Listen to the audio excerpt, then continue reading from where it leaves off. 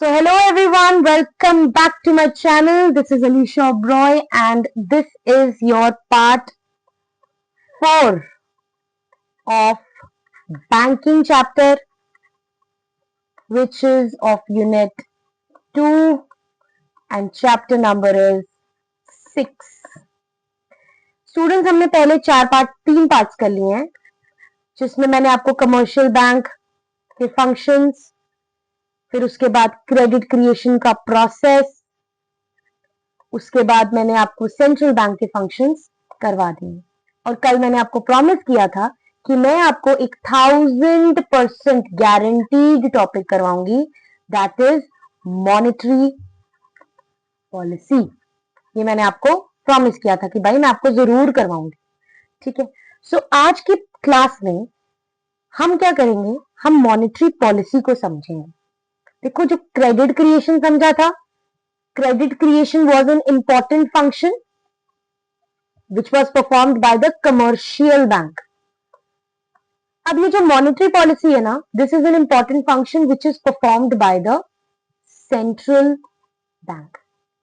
देखो बेटा, बैकग्राउंड समझो कि इकोनॉमी में ना इंस्टेबिलिटी 2 रीजंस की वजह से होती है। एक है इन्फ्लेशन और दूसरा है डिफ्लेशन। इन्फ्लेशन का मतलब है इकोनॉमी में मनी सप्लाई ज्यादा है, या कह सकते हैं इकोनॉमी में पैसा ज्यादा है। डिफ्लेशन का मतलब होता है इकोनॉमी में मनी सप्लाई कम है। अब इस इंस्टेबिलिटी मतलब ना ज्यादा इन्फ्लेशन अच्छी है ना डिफ्लेशन अच्छी है, सो इस इंस्टेबिलिटी को करेक्ट करने के लिए सेंट्रल गवर्नमेंट भी स्टेप्स लेती है और सेंट्रल बैंक भी स्टेप्स लेते हैं। तो जो स्टेप्स लेते हैं, जो मेजर्स लेते हैं to correct this instability, central government के मेजर्स को बोलते हैं हम फिस्कल पॉलिसी या फिस्कल मेजर्स, और सेंट्रल बैंक के बोलते हैं मॉनेटरी पॉलिसी, या हम कह सकते हैं इसको मॉनेटरी मेजर्स, ठीक है। तो आज हम पढ़ेंगे जो फिस्कल पॉलिसी है, वो तो हम नेक्स्ट यूनिट में मैं आपको समझा दूंगी। लेकिन आज हम क्या पढ़ेंगे, आज हम पढ़ेंगे वो सब मेजर्स जो सेंट्रल बैंक लेता है to correct this economic instability of inflation and deflation. देखो बेटे, सेंट्रल बैंक को ना, हर एक कंट्री के ना सेंट्रल बैंक को अथॉरिटी मिली हुई है, दे आर ऑथराइज्ड, इनको अथॉरिटी मिली है कि वो उस कंट्री के जो मॉनेटरी पॉलिसी है उसको डिजाइन कर सकते हैं, ठीक है। अब मॉनेटरी पॉलिसी क्या होती है? मॉनेटरी पॉलिसी वो सारे के सारे इंस्ट्रूमेंट्स हैं जो सेंट्रल बैंक करती है या सेंट्रल बैंक यूज करती है इन इंस्ट्रूमेंट्स को to correct this economic instability. अब ये मॉनेटरी पॉलिसी क्या है? ये वो तरीके हैं जिससे इकोनॉमी में जो सेंट्रल बैंक है वो क्रेडिट को क्या करते हैं? कंट्रोल करते हैं। इन्फ्लेशन का टाइम जब आपका पैसा इकोनॉमी में ज्यादा हो गया है, मनी सप्लाई ज्यादा हो गया, तो क्रेडिट को कैसे कंट्रोल किया जाएगा? क्रेडिट को कंट्रोल किस तरीके से किया जाएगा जब इन्फ्लेशन में पैसा ज्यादा हो गया? तो इकोनॉमी में कम पैसा भेजा जाएगा। और डिफ्लेशन के टाइम पर जब इकोनॉमी में ऑलरेडी ज्यादा पैसा है, डिफ्लेशन के टाइम पे जब इकोनॉमी में कम पैसा है, तो क्रेडिट कैसे कंट्रोल किया जाएगा? क्रेडिट को इकोनॉमी में बढ़ा दिया जाएगा। तो जब पैसा ऑलरेडी ज्यादा है इकोनॉमी में, तो पैसे को कम कर देंगे। डिफ्लेशन जब पैसा कम है, तो क्रेडिट कैसे कंट्रोल करेंगे? सेंट्रल बैंक अपने इंस्ट्रूमेंट्स की हेल्प से क्रेडिट को बढ़ा देंगे। सो इन्फ्लेशन और डिफ्लेशन करेक्ट करने का ही जो इंस्ट्रूमेंट्स लेते हैं उसी को बोलते हैं, सेंट्रल बैंक को बोलते हैं मॉनेटरी पॉलिसी, ठीक है। देखो, क्वेश्चन आता है आपको पेपर में, star question, 100% question, guaranteed question. How does central bank control flow of credit money supply in the economy? कैसे सेंट्रल बैंक अपनी पॉलिसीज को यूज करता है और मनी सप्लाई को कंट्रोल करता है? या what are the instruments of the monetary policy? which are undertaken by the central bank to correct your inflation and deflation. तो बेसिकली सेंट्रल बैंक दो इंस्ट्रूमेंट्स को यूज करता है, एक है क्वालिटेटिव, एक है quantitative, sorry quantitative and qualitative.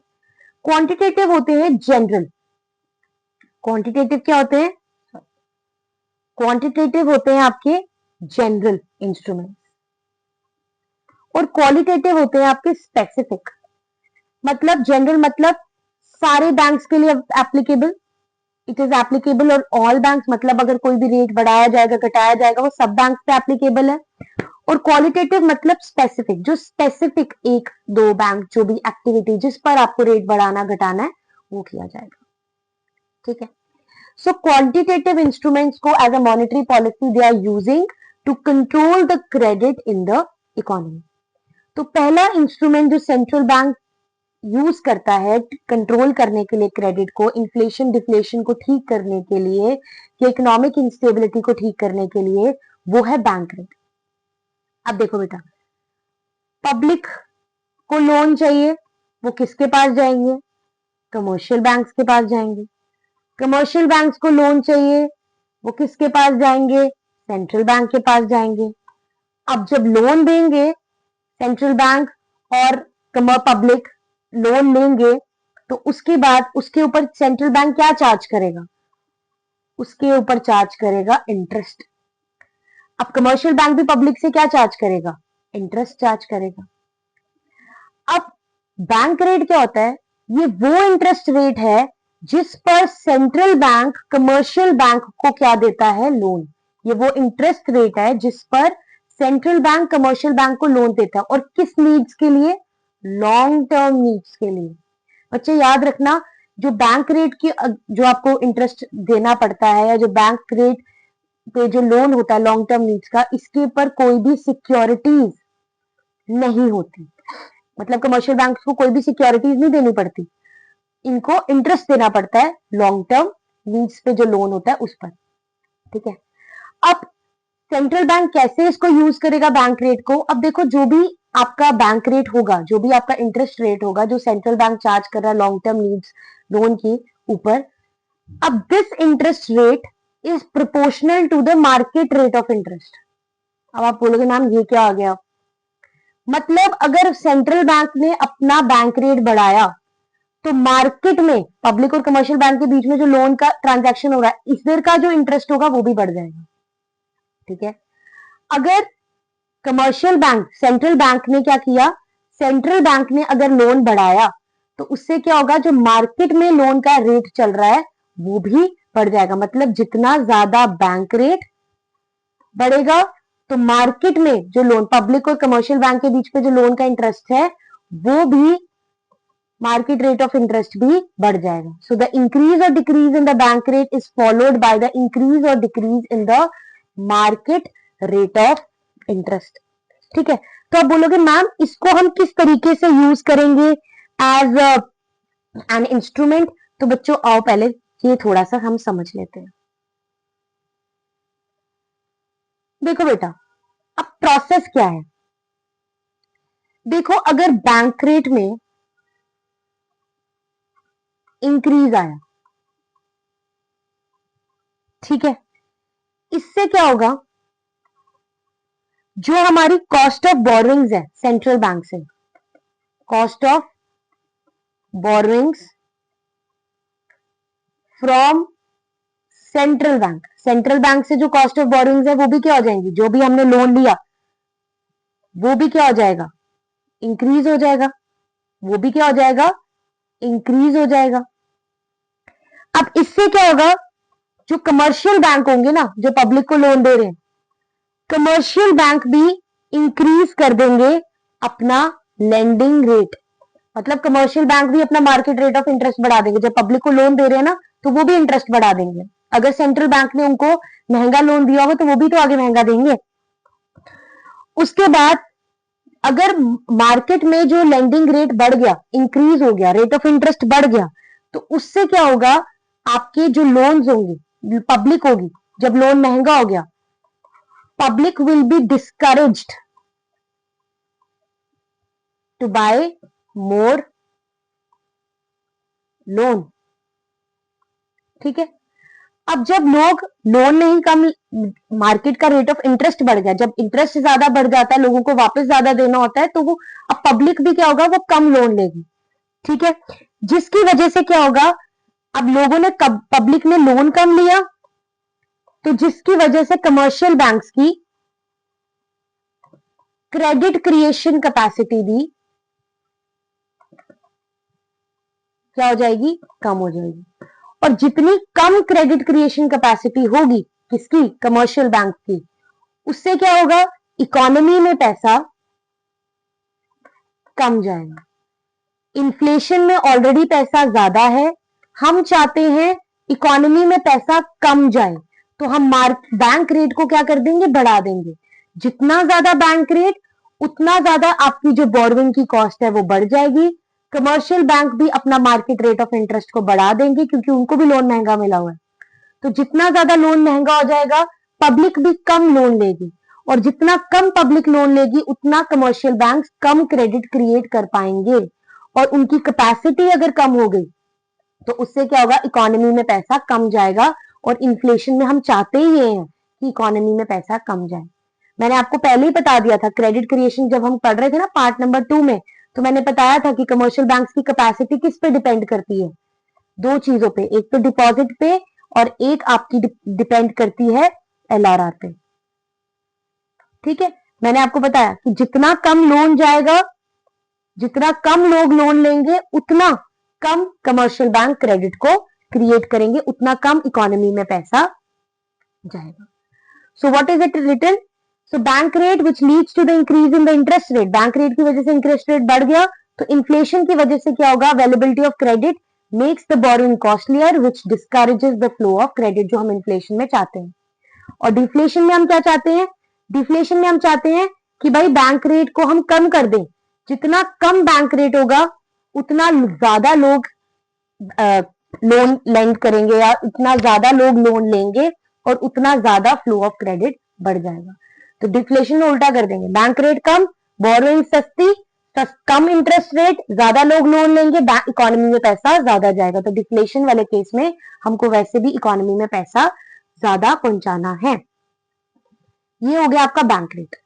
देखो बेटा, बैंक रेट और नेक्स्ट जो इंस्ट्रूमेंट है रेपो रेट, जिसको हम रीपर्चेज रेट भी कहते हैं, ये सेम ही है, मगर फर्क इतना है, बैंक रेट आपका लॉन्ग टर्म नीड्स के लिए जो कमर्शियल बैंक लोन लेता है वो है, और जो शॉर्ट टर्म नीड्स के लिए अगर कमर्शियल बैंक लेगा loan against approved security, securities देकर, उसको बोलते हैं रेपो रेट।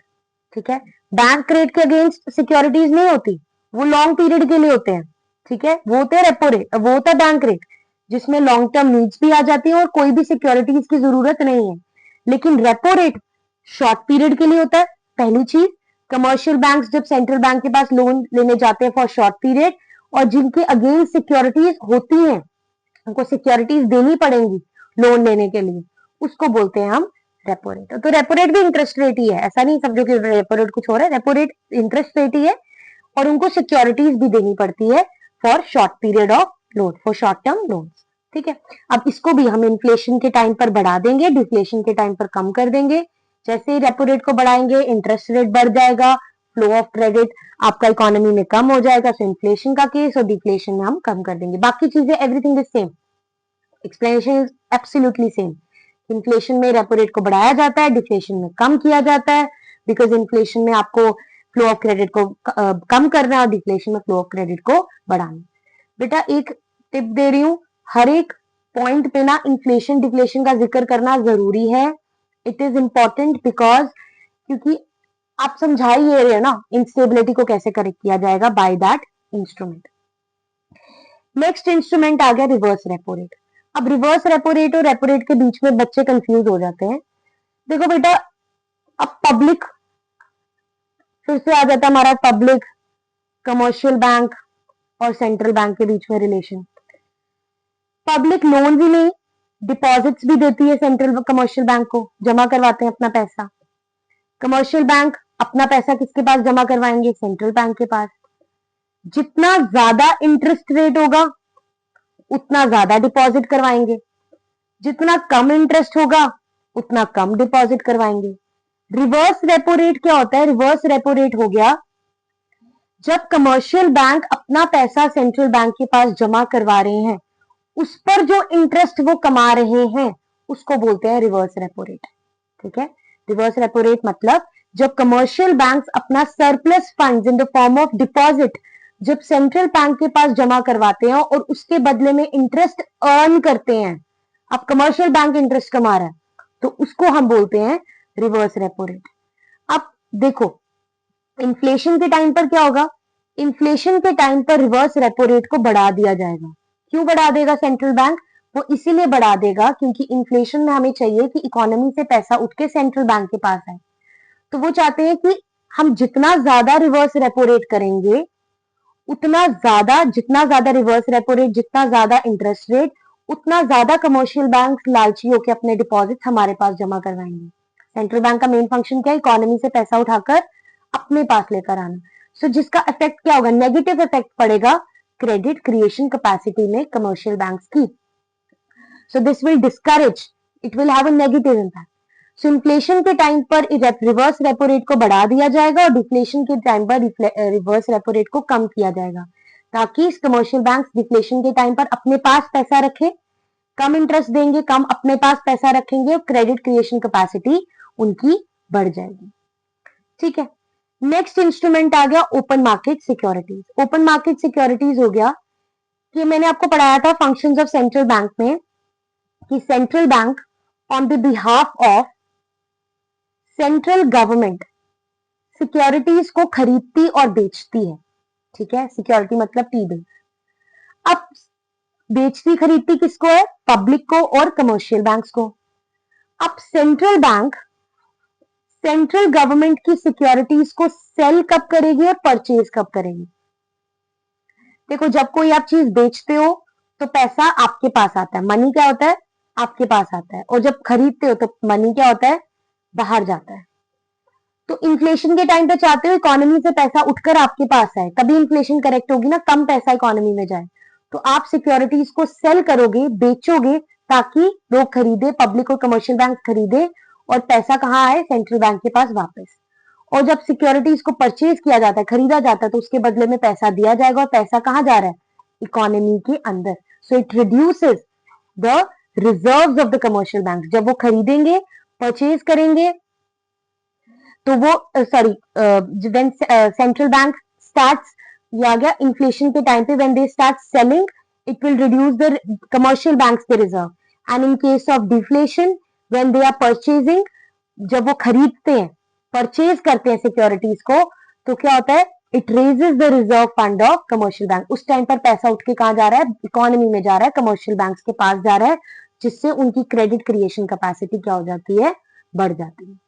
ठीक है, नेक्स्ट इंस्ट्रूमेंट आ गया आपका लीगल रिजर्व रिक्वायरमेंट।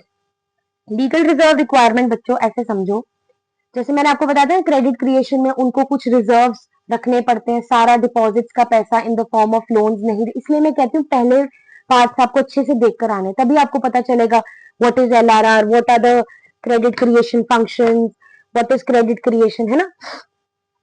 तो देखो बेटा, जब कमर्शियल बैंक्स के पास